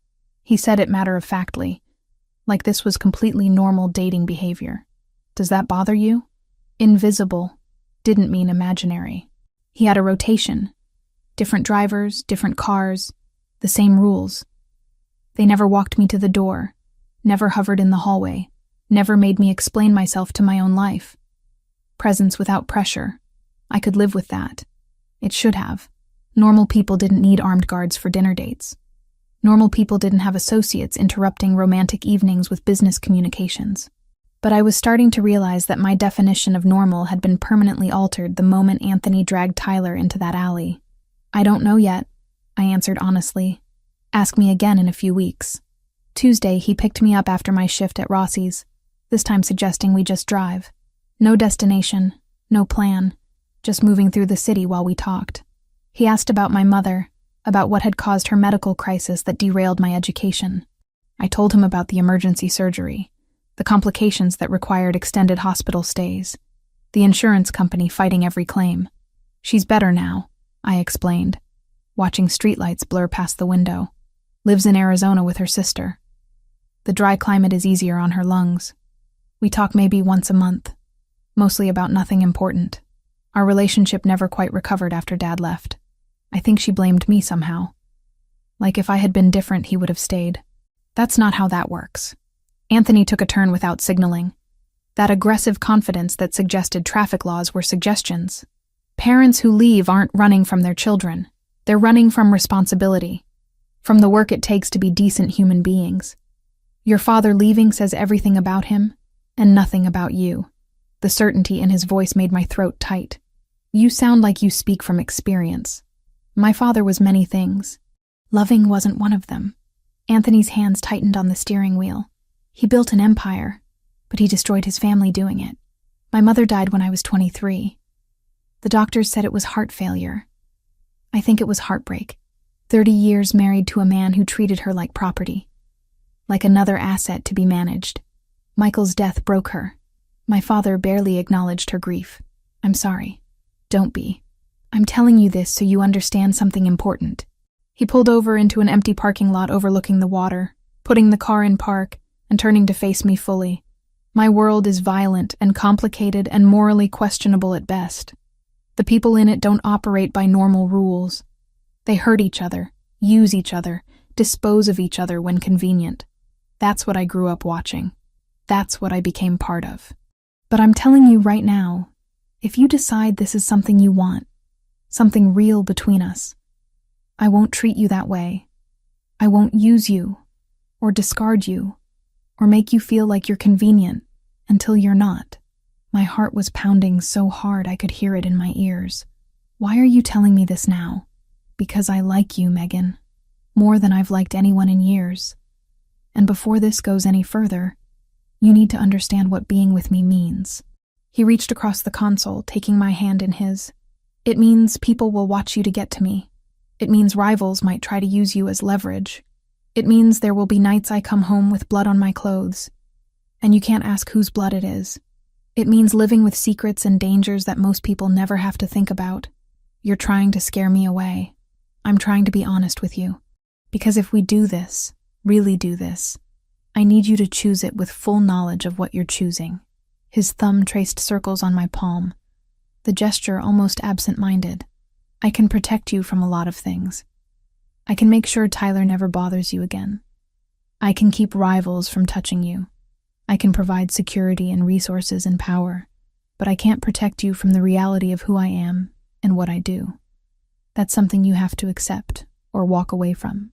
I sat with that for a long moment, watching boats move across the distant water, their lights creating trails of gold on black waves. Everything he said was true. Everything he offered came with costs I couldn't fully calculate yet, but I also knew that in the 2 weeks since Tyler disappeared, I had felt more alive than I had in years, more seen, more valued. What if I want to keep seeing where this goes? I asked quietly. What if I'm not ready to walk away yet? Something in Anthony's expression gentled, became vulnerable in a way I hadn't seen before. Then, I'll do everything in my power to make sure you don't regret that choice. He leaned across the console slowly, giving me time to pull away if I wanted. But I didn't want to. His lips met mine carefully, testing, asking permission even as he took it. The kiss started gentle, almost hesitant, before deepening into something that made my breath catch and my hands find his shoulders, pulling him closer, despite the awkward angle and the gear shift between us. When we finally broke apart, both breathing harder, Anthony rested his forehead against mine. I've been wanting to do that since the moment you smiled at me in that French restaurant. Why didn't you? Because I needed you to understand first. Needed you to have all the information before I complicated things further. His hand came up to cup my cheek, thumb brushing across my lower lip. This isn't casual for me, Megan. I don't do casual. If we keep going down this path, I'm going to want all of you. Your time, your attention, your trust. That's how I'm built. All or nothing. That should scare me more than it does. I leaned into his touch, feeling the calluses on his palm that suggested his hands did more than sign documents and make phone calls. What if I'm not ready for all or nothing? What if I need time to figure this out? Then we take time. I'm patient when it matters. He kissed me again, softer this time, a promise rather than a question. But I'm also possessive and protective and probably going to drive you crazy with both. Fair warning. Noted. I smiled against his lips, feeling lighter than I had in months, despite the weight of everything he'd told me. Take me home? We drove back in comfortable silence, his hand finding mine across the console and staying there. When we reached my building, he walked me to the door like he always did, waiting while I fumbled with keys and trying not to think about how much I wanted to invite him up. But it was too soon, too much, too complicated. Thursday? He asked, hands in his pockets, looking almost uncertain in a way that made him seem younger. There's a charity gala my family sponsors. I have to make an appearance. I'd like you to come with me if you're comfortable with that. A gala. Like with fancy dresses and important people? Exactly like that. But I'll have a dress delivered to you. Don't argue, he added when I opened my mouth to protest. It's not charity. It's necessity. The event has a dress code I'm asking you to attend. That means I provide what's needed to make you comfortable there. I wanted to argue, wanted to insist I could handle my own wardrobe. But the reality was I didn't own anything appropriate for a charity gala, and buying something would eat up money I needed for rent. Okay, but nothing too expensive. And I'm only agreeing because you phrased it as necessity, not generosity. Deal. He kissed me once more, quick and possessive. Lock your doors. Text me when you're inside. I watched him walk back to his car, marveling at how quickly this had become normal. The bodyguards in the SUV that followed him everywhere, the constant phone calls and careful positioning, the casual mentions of violence and territory and business that operated outside legal boundaries. 2 weeks ago, I had been terrified of Tyler. Now I was falling for someone infinitely more dangerous, and the terrifying part was how right it felt. My phone buzzed before I even reached my apartment. Anthony. Home safe? Me. All 3 locks secured. Good night. Anthony. Dream well, Megan. I'll see you Thursday. I lay in bed that night thinking about his warning, about choosing this with full knowledge of consequences. But I also thought about the way he kissed me. The vulnerability in his eyes when he admitted being possessive and protective. The honest acknowledgement that his world was dangerous, but his feelings were real. Franco's warning echoed in my head. Everyone owes someone. Everything is transactions. But Anthony had been clear about costs and honest about risks. That felt like the opposite of Tyler's manipulation, the opposite of my father's abandonment. It felt like someone giving me power to make informed choices instead of trapping me in situations I didn't understand until too late. I fell asleep still tasting cedar and expensive cologne, still feeling the warmth of his hand in mine, still wondering where this path led but willing to keep walking it to find out. The parking lot behind Rossi's was darker than usual. 2 of the overhead lights had burned out weeks ago, and the landlord kept promising to fix them without ever following through. I walked out the employee exit at 11:13, exhausted from a Tuesday night shift that had somehow been busier than most weekends. My phone showed a text from Anthony sent 3 hours earlier. Dealing with business at the port, probably won't finish until late. Call if you need anything. I had typed back that I was fine, that I didn't need constant checking in. Now, standing in the poorly lit parking lot with my keys already gripped between my fingers the way women are taught for self-defense, I wished I had taken him up on the offer of a driver. The gray sedan sat 3 spaces from my car. 2 men inside, not even trying to hide their surveillance. The one in the passenger seat was looking directly at me, phone pressed to his ear. Not Tyler. These men were different. Professional. The kind of dangerous that came with training rather than obsession. Every survival instinct I had developed over 4 months of being stalked by Tyler screamed at me to move.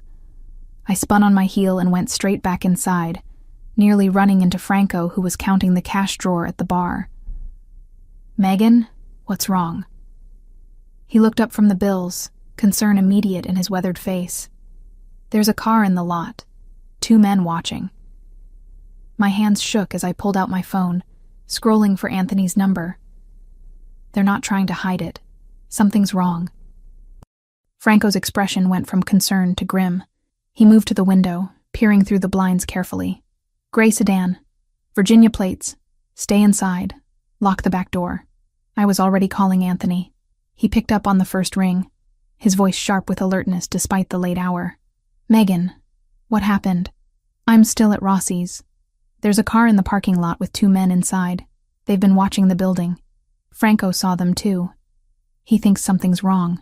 The words tumbled out faster than I intended, fear making my voice thin. "Gray sedan? 2 men? One on a phone?" The background noise on his end suggested he was in a car, moving fast. "Yes. How did you know?" "Because they've been following my movements all week. I noticed them yesterday. Thought I had shaken them." I heard him speak to someone else in Italian, rapid commands that I couldn't follow. Then back to me. "Listen carefully. Stay inside with Franco. Lock both doors, front and back. I'm 40 minutes away at the port, but I'm sending Lucas Pellegrini and a security team. They'll be there in 10 minutes. Do not leave that building until Lucas arrives. Understand? Anthony." "Who are they?" "Rivals. Russians working for a man named Volkov. They saw us together. Think they can use you to get to me." Another exchange in Italian, then the sound of an engine revving. 10 minutes, Megan. Lucas will take care of you until I get there. I promise." The call ended. I stood there holding my phone, trying to process what he had just said. Rivals. Russians. Use you to get to me. This was what Anthony had warned me about 2 weeks ago. The reality of being associated with someone in his world. People would watch me. Might try to use me as leverage. Franco was already on his own phone, speaking low Italian to someone. When he hung up, he locked the front door and turned off the exterior lights, leaving only the soft interior glow from behind the bar. "My cousin works for the Valentasi family. He's coming too. Should be here in 15 minutes. I'm sorry, Franco. I didn't mean to bring this to your restaurant." "Not your fault." He moved behind the bar, pulling out a baseball bat that he kept under the register. "Mr. Valentasi takes care of his people. You're his people now. That means you're protected, but it also means you're a target. You understand that, right?" I nodded, sinking onto a bar stool while my legs still worked. Through the window, I could see the sedan hadn't moved. The passenger was still on his phone, occasionally glancing toward the restaurant. What were they waiting for? Were they just surveillance or something worse? Time moved strangely. Each minute felt like 10, but also like seconds were slipping away too fast. I counted my breaths, tried to stay calm, checked my phone compulsively even though only 2 minutes had passed since Anthony's call. At minute 8, I heard the vehicles. Multiple engines, moving fast. 2 black SUVs pulled into the lot from opposite directions, boxing in the gray sedan smoothly.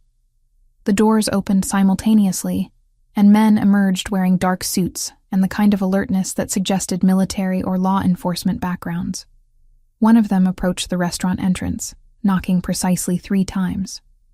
Franco checked through the window, then unlocked the door. "Lucas Pellegrini?" "Yes." "Where's Megan Turner?" The man who entered was maybe 32, with sharp features and eyes that missed nothing. He scanned the restaurant interior in seconds, cataloging exits and threats with practiced efficiency. "I'm Megan." I stood from the bar stool, trying to project confidence I didn't feel. Lucas crossed the space between us in 3 strides, his expression serious, but not unkind. "Anthony sent me. You're safe now. The men in the sedan are leaving." He gestured toward the window where the gray car was indeed pulling out of the lot, heading away fast.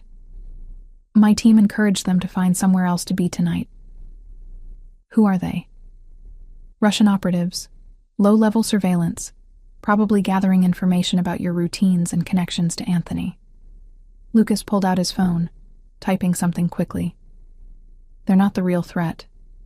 They're just the eyes. The threat is who they report to. Franco offered Lucas a glass of water, which he declined with a polite shake of his head. How long until Mr. Valentasi arrives? Lucas checked his watch. He was at the port when Megan called. That's about 40 minutes from here. He left immediately, so probably another 35 minutes. And those men won't come back. Not tonight.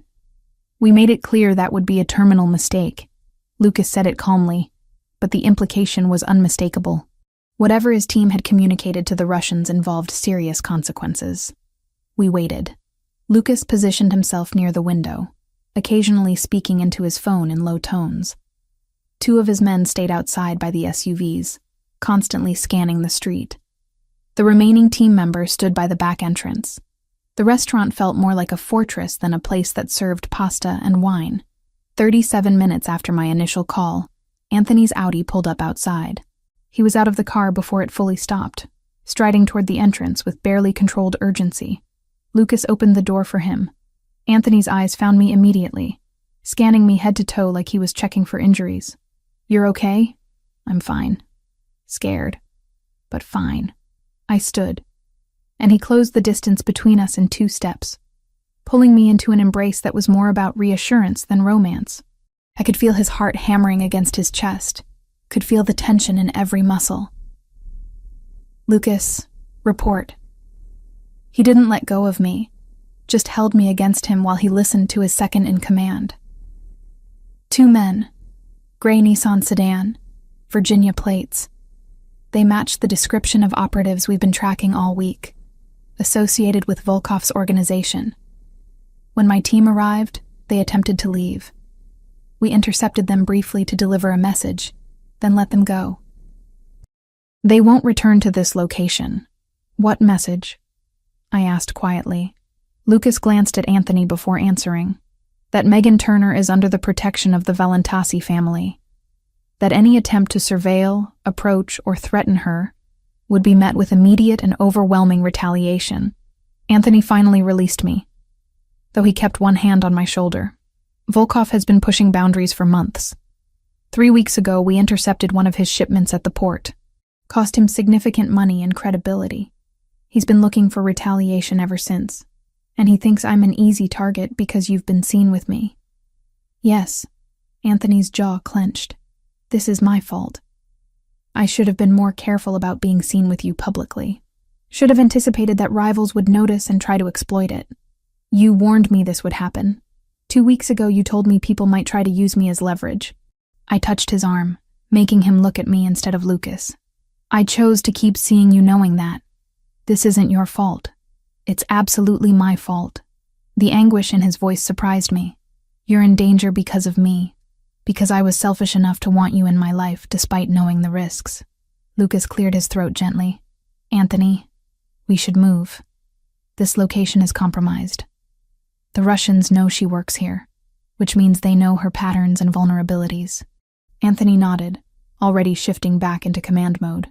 "Franco, thank you for keeping her safe. You'll be compensated for closing early tonight, and I'll have additional security posted outside the restaurant for the next few weeks, just as precaution." "Not necessary, Mr. Valentasi. Just take care of her." Franco looked at me with genuine concern. "Be safe, Megan. Come back when things calm down." Anthony turned back to me, his expression intense. "I need you to come with me. Somewhere secure where Volkov's people can't reach you. Not your apartment. They likely know that location already. I have safe houses set up for exactly these situations. For how long? However long it takes to resolve this situation with Volkov. Could be a few days. Could be longer." He paused, and I could see him choosing his next words carefully. "I'm not forcing you. I'm asking. Will you trust me enough to let me protect you while I handle this?" This was the moment Franco had warned me about. The moment where Anthony's world stopped being theoretical danger and became immediate reality. I could refuse. Could go home to my apartment and hope the Russians wouldn't escalate beyond surveillance. Could pretend that being associated with Anthony Valentasi didn't make me a target. Or I could accept that I had chosen this path with full knowledge of where it led. Could trust the man who had eliminated Tyler from my life, who had been honest about risks and costs, who was now offering protection not as control, but as genuine care. "I trust you." The words came out steadier than I expected. Where are we going? Relief flooded Anthony's features so completely it made him look younger. I have 2 locations. An apartment in the city, about 15 minutes from here. It's secure but designed for short-term situations. And a house outside the city, about 40 minutes away. More isolated, better security, more comfortable for extended stays. He watched my face as he explained the options. I recommend the house, and I'll stay with you. I'm not leaving you alone to deal with this. The house, then.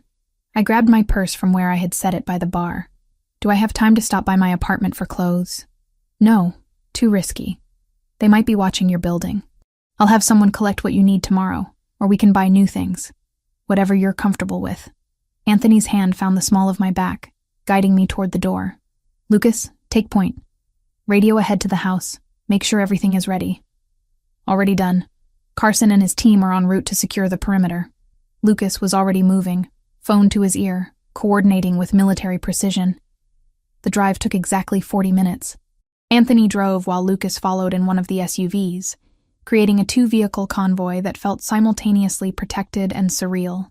We left the city behind, heading into areas where houses spread out across acres instead of being crammed together, where streetlights gave way to darkness interrupted only by occasional porch lights. Tell me about Volkov. I broke the silence after 20 minutes. If I'm running from him, I should understand who he is. Anthony's hands tightened on the steering wheel. Dmitry Volkov. Runs the Russian organization that controls most of the drug trafficking through the northern port. He's been in this city for about 5 years, aggressive about expanding territory. 3 weeks ago, his people tried to bring in a shipment through docks I control. My team intercepted it. Cost him roughly $3 million in product, and made him look weak to his own organization. So this is retaliation. This is him looking for leverage. He can't attack me directly without starting a war he'll lose. But if he has someone I care about, he thinks he can force me to give back territory, or money, or power. Anthony glanced at me briefly. Which is why you need to stay hidden until I make it clear that path is closed to him. How do you make that clear? By being willing to pay a higher price than he's willing to pay. By making sure he understands that touching you would cost him everything, while giving him an alternative path that saves face and preserves his position. He turned onto a private road, unmarked and barely visible. It's about finding the pressure points where he'll negotiate instead of escalate. The house appeared through the trees. Modern architecture with large windows and clean lines. Lights were already on inside, and I could see 2 men patrolling the perimeter with the kind of alert posture that suggested they were armed and ready. Anthony parked close to the entrance, coming around to open my door before I could do it myself. Welcome to the safest place in 100 miles. The security system is military grade. The perimeter is monitored by cameras and personnel. Nothing gets within 500 yards without us knowing about it. Inside was surprisingly comfortable, not the fortress I had expected. Warm wood floors, furniture that looked lived in rather than sterile, a kitchen that actually seemed used. Anthony led me through a tour, showing me where everything was, how the security system worked, where the panic buttons were hidden if I needed help fast. Guest room is here. He opened a door to reveal a spacious bedroom with windows overlooking dark woods. My room is across the hall. You have complete privacy, but I'm close if you need anything. I stood in the doorway, taking it all in. 24 hours ago, I had been worried about making rent. Now I was hiding from Russian mobsters in a safe house with military-grade security. The whiplash of it all finally caught up with me, and I felt tears burning behind my eyes. Hey, Anthony's voice gentled, and then his arms were around me again, solid and warm. You're safe here. I promise you're safe. I know. I believe you. I pressed my face against his chest, breathing in cedar and the faint smell of gunpowder that suggested he had been handling weapons recently. I'm just overwhelmed. This is a lot. It is. And I'm sorry for dragging you into it. His hand stroked my hair. The gesture tender in ways I hadn't expected from someone capable of the violence he represented. But we'll handle it. Together. And when this is over, you'll go back to your life, and I'll make sure Volkov never looks in your direction again. I pulled back enough to see his face. What if I don't want to go back to my life exactly as it was? What if I want you in it? Something vulnerable crossed his expression. hope mixed with fear. Then we'll figure that out too. But first we survive this. Deal? Deal. I managed a weak smile. Do you have food here? I'm starving and exhausted and not sure which need to address first. Kitchen is fully stocked. Let me make you something while you get cleaned up. There should be clothes in the dresser that will fit well enough for tonight. He kissed my forehead gently. We're going to be okay, Megan. I'll make sure of it. Watching him walk toward the kitchen, seeing the way he moved even here with perfect vigilance, I realized that I believed him. This dangerous man who had entered my life 3 weeks ago had become the person I trusted most to keep me alive. The irony wasn't lost on me, but I was too tired to analyze it further. I took the offered shower, changed into borrowed clothes that were indeed close enough to my size, and emerged to find Anthony had made pasta from scratch. We ate mostly in silence, exhaustion and stress making conversation difficult. But his presence across the table from me, solid and protective, made the terror of the evening finally begin to recede. Get some sleep, he said when we finished. Tomorrow we'll figure out next steps. Tonight you just need to rest. I wanted to argue, wanted to stay up and discuss strategy, and understand exactly what resolving the situation with Volkov would cost. But my body had other ideas, practically dragging me toward the guest room. Anthony walked me to the door, waited while I turned on lights and checked that everything was secure. I'll be right across the hall, he reminded me. If you need anything, just knock or text. I'll have my phone on. Thank you for all of this, for keeping me safe. I touched his hand briefly, a connection that felt necessary. I know this is complicated and dangerous, and probably more trouble than I'm worth. You're worth it. He said it with such certainty that I almost believed him. Sleep well, Megan. Tomorrow we start fixing this. I closed the door and collapsed onto the bed, fully clothed, too exhausted to change. My last thought before sleep claimed me was that somewhere out there, Russian mobsters were planning their next move. But inside these walls, with Anthony Valentasi standing guard, I felt safer than I had in months. Maybe safer than I had ever felt in my entire life. 3 days in isolation changed everything between us. The first morning I woke disoriented, forgetting briefly where I was until I saw the unfamiliar ceiling and heard Anthony's voice drifting from somewhere in the house, speaking Italian in that low, authoritative tone he used for business. I found him in the kitchen, phone pressed to his ear, making espresso with one hand while conducting what sounded like a negotiation with the other. When he saw me, his expression softened immediately. He ended the call within 30 seconds. Coffee? He held up the small cup, steam rising from dark liquid that smelled like it cost more per ounce than my usual grocery store brand. Please. I accepted it, wrapping both hands around the warmth. How long have you been awake? Since 5. Couldn't sleep. He started pulling ingredients from the refrigerator, moving with surprising ease in the kitchen. I thought I'd make breakfast. Do you like omelets? Watching Anthony Valentasi crack eggs and chop vegetables with the same focused precision he probably applied to running criminal operations was surreal. His hands moved efficiently, no wasted motion. When I asked where he learned to cook, he smiled slightly. My grandmother. She insisted all her grandchildren know how to feed themselves properly. Said a man who couldn't cook was a man who'd starve or become dependent on others, and Valentasis don't do dependent. He whisked the eggs with quick strokes. Sophia loved cooking too. She wanted to open a restaurant someday. The mention of his sister hung in the air between us. Tell me about her, not how she died. Who she was when she was alive. He was quiet for a moment, concentrating on the pan. Then he started talking. And for the next hour while we cooked and ate together, Anthony shared memories that made Sophia real instead of just a tragedy. Her terrible singing voice. Her obsession with fashion magazines. The way she'd leave notes around the house for him when he came home late. Little reminders that someone cared whether he ate dinner or remembered to sleep. She would have liked you, he said finally, rinsing dishes in the sink. You have that same stubborn independence. That refusal to be saved or fixed by anyone. Is that why you're drawn to me? Because I remind you of her? No. He turned off the water, drying his hands deliberately. You remind me that good people exist outside my world. That not everything has to be about power and territory and violence. That's completely different. The second day, Lucas called with an update. 2 of Volkov's men had been captured trying to gather more intelligence about my routines. Anthony took the call in his office upstairs, but when he came back down, his jaw was tight with controlled anger. "What did you do to them?" I asked, because I needed to know, needed to understand exactly what protection from Anthony Valentasi meant in practice. "Nothing personally. Lucas is handling interrogation." He poured himself whiskey even though it was barely noon. "They'll tell us what Volkov's planning, what resources he has in play, where his vulnerabilities are. Then we'll use that information to negotiate." Negotiate. That's a kind word for whatever you're actually going to do. Yes, it is. He didn't apologize for the euphemism or try to soften the reality. "This is how my world works, Megan. I can protect you from seeing the details, but I can't pretend they don't exist." We spent that afternoon in strange companionship. Him working on his laptop while I curled up with a book I found on the shelf. Every so often I'd catch him watching me instead of his screen, expression unreadable.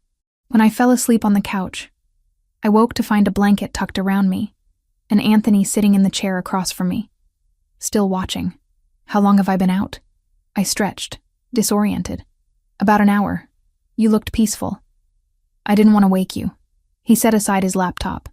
"Can I show you something?" He pulled up images on his phone. Architectural plans for a development project downtown. "My family has investments in several real estate ventures. This one needs design work. Someone creative who understands how to maximize small spaces. Your sketches, the ones you showed me at dinner, they're exactly the kind of thinking this project needs." My throat tightened. "Anthony, I'm not qualified. I only finished 2 years of school. Talent doesn't require degrees. I could connect you with the project manager. No guarantees, but if your work is good, they'll use it. And they pay well. Enough that you could afford to go back to school if you wanted." He watched my face carefully. "This isn't charity. It's opportunity. What you do with it is entirely up to you." The third day, something shifted. We were arguing about what movie to watch. A silly domestic disagreement that somehow escalated into playful provocation. I pushed his shoulder lightly, making some joke about his taste in films. He caught my wrist, pulling me closer with that intensity that made my breath catch. "Megan." My name was a question and a warning. "Anthony." I met his gaze, saw desire and restraint warring in those dark eyes.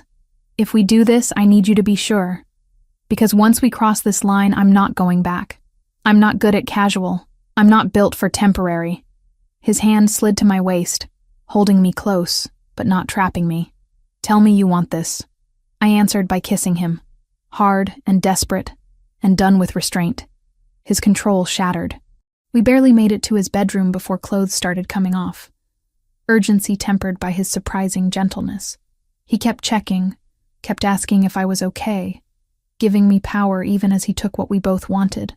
Afterward, lying tangled in sheets that smelled like him, Anthony traced patterns on my bare shoulder. "You're dangerous for me," he murmured. "People in my position can't afford weaknesses, can't afford to care too much about anything that can be taken away. I'm not a weakness. You're the biggest weakness I've ever had." He kissed my temple. "And I don't care. If caring about you makes me vulnerable, then I'll be vulnerable. That's how much you matter." The fourth morning, Lucas called early. Anthony took it in his office, was gone for almost an hour. When he came back, relief and exhaustion warred on his face. "It's done." Volkov agreed to terms. He sat heavily on the couch beside me. "You're officially off limits. Protected territory. Any move against you means immediate total war with my family, and Volkov can't afford that right now." "What did it cost you?" He told me everything. The territorial concessions, the lost revenue, about $300,000 annually. The 2 men eliminated during negotiations to prove he was serious. "That's too much," I whispered. "Anthony, I'm not worth that." He grabbed my face between his hands, forcing me to meet his eyes.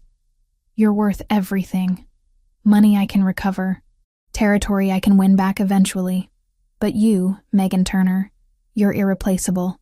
Don't ever tell me you're not worth it." I kissed him then, tasting his certainty and desperation and love, because that's what this was. Complicated, dangerous, built on violence and territory disputes and moral compromises, but love nonetheless, raw and real and stronger than I'd ever expected to find. "What happens now?" I asked when we finally broke apart. "Now we go back to our lives." "You go back to work if you want. Back to your apartment if you want. I'll have security watching you discreetly, just as precaution. And we figure out what this means for us, for our future, without the immediate threat forcing decisions." He smiled slightly. "Unless you'd prefer to stay here longer. I could get used to waking up with you." "Take me home," I said, "to my apartment. And then tomorrow you can take me to dinner like normal people. We'll figure out the rest as we go." Anthony kissed me one more time before standing. "Normal people. I can try that. For you, I can try anything." We didn't go back to normal overnight. For a few days, we practiced ordinary things with deliberate care. Quiet dinners without looking over our shoulders, turning off our phones after midnight, sleeping without the lights on. Anthony asked what would make me feel safe that didn't involve more men or more guns, and then he actually did those things. Walked me through the building's exits, showed me the panic buttons once and never again, learned my tells when anxiety crept in. Safety stopped being a performance and became a routine we kept together. 7 weeks later, my life looked completely different, but also strangely normal. I had moved into an apartment 2 floors below Anthony's penthouse in a building he owned downtown. Not living together exactly, but close enough that I could knock on his door at midnight when nightmares woke me, close enough that he could stop by with coffee before I left for work. I still worked at Rossi's 3 nights a week, but now I also spent my days designing floor plans for a development project Anthony had connected me with.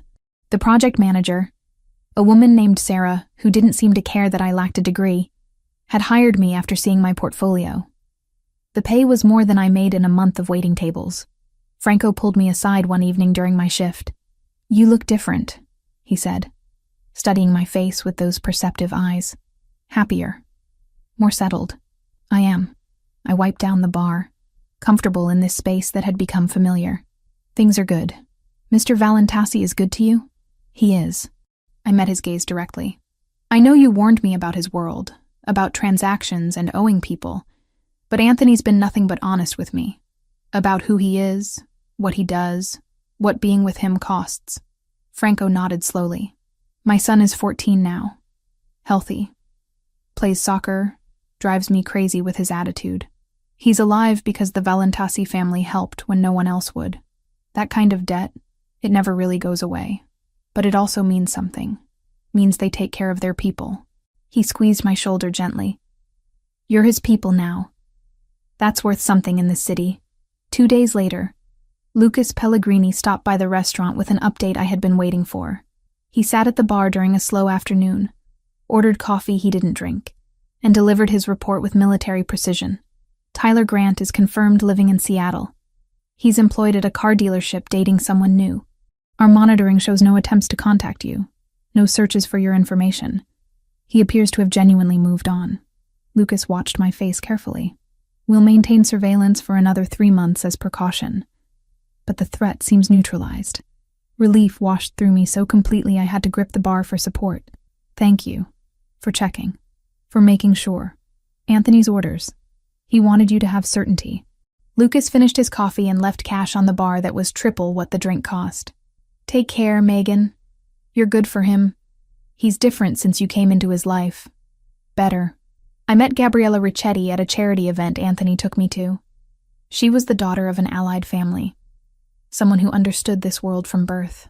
We ended up talking in a corner, while our respective men conducted business disguised as socializing. "How do you handle it?" I asked her quietly. "Knowing what they do, what they're capable of." She smiled, but it was tinged with sadness. "You accept that the men we love are complicated, that they can be gentle with us and brutal with enemies, that morality in their world has different rules than the one we were raised in." She touched my arm lightly. "But you also set boundaries. Make clear what you will and won't accept. Anthony respects boundaries. Not all of them do." There were difficult moments. The night Anthony came home at 3 a.m. with blood on his shirt that he said wasn't his. The overheard phone call where he ordered something in Italian that included words I recognized as violent. The constant presence of security, the way he never fully relaxed even in our supposedly safe spaces. We fought about it once, me demanding to know exactly what he had done, him refusing to give details because he didn't want those images in my head. The argument ended with both of us crying, me from frustration and fear, him from the weight of trying to protect me from himself. "I can't change what I am," he said, voice rough. "Can't undo 34 years of becoming this person. But I can promise I'll never lie to you about it. I'll never pretend to be something cleaner than I am. I don't need you to be clean," I whispered. "I need you to be honest. And I need to know that the violence has limits, that you're not just destroying people because you can." We wrote it down, not like a contract, but close. No lies about violence. No using me as leverage. No keeping me in the dark if a choice I made could put other people at risk. It wasn't romance the way movies sell it, but it was the only way this could work without either of us pretending to be someone we weren't. "I'm not." He pulled me close, burying his face in my hair. "Everything I do has purpose, protection, preservation, maintaining balance. I don't kill for pleasure. I don't hurt people who don't threaten what's mine. Does that make it better? I don't know. But it's the truth." 8 weeks in, Anthony took me to the rooftop of our building. He had set up dinner under string lights, the city spreading out below us in a carpet of illumination. Over wine and pasta he made himself. He talked about the future. "I want you in my life permanently," he said, reaching across the table to take my hand. "Not just dating, not just convenient. I want to build something real with you. I understand if you're not ready for that considering everything, but I need you to know my intentions. What would that look like?" My heart was racing. Building something real. Whatever we decide it looks like. You keeping your independence and your work. Me supporting your dreams without trying to control them. Both of us accepting what the other is, complications and all. He traced circles on my palm with his thumb. "I'm not asking you to marry me today. I'm asking if you can see yourself wanting that eventually. With me." Despite everything, I thought about Tyler. About the 4 months of terror that Anthony had ended in 7 minutes. About the honest way he discussed violence instead of hiding it. About how he talked about Sophia with love and grief and guilt. About the way he supported my architecture dreams without trying to take credit for my success. "Yes," I said. "I can see that. Eventually. When we're both ready." Relief and joy crossed his face in equal measure. "Then that's what we'll work toward." He told me then about the shelters. How he had started funding organizations that helped women escape abusive relationships, that provided safe housing and legal assistance and resources. How he did it anonymously because he didn't want credit, just wanted to honor Sophia's memory by protecting people the way he hadn't protected her. "You're making something good from something terrible," I said, tears in my eyes. "That's not nothing, Anthony. That matters. It matters because you made me see it mattered." He kissed my knuckles gently. "Before you, I just wanted revenge. After you, I want redemption. Those aren't the same thing." Life settled into new rhythms after that night. I worked on my architecture projects, occasionally picked up shifts at Rossi's because I liked the work and the people. Anthony ran his empire with slightly less ruthlessness, more calculation about necessary versus unnecessary violence.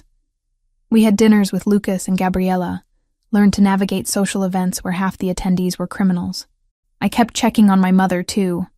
Rides to follow-up appointments, groceries stocked, bills tracked in the same spreadsheet I used for floor plan drafts. Loving Anthony didn't erase where I came from. It only made me more stubborn about not losing the parts of my life that weren't his to manage. Franco told me one afternoon that he saw how we looked at each other, that it reminded him of how he and his wife had been when they were young. "Hold on to that," he advised. "Life in this world is complicated. Love makes it bearable." Tyler never called, never texted, never appeared in my nightmares anymore. That chapter closed completely, replaced by something infinitely more complex, but also infinitely more real.